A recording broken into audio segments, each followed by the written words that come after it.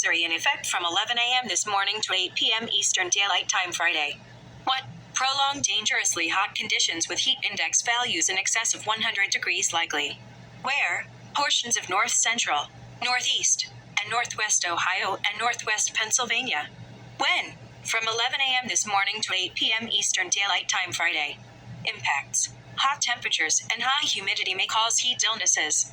Drink plenty of fluids, stay in an air-conditioned room, stay out of the sun, and check up on relatives and neighbors.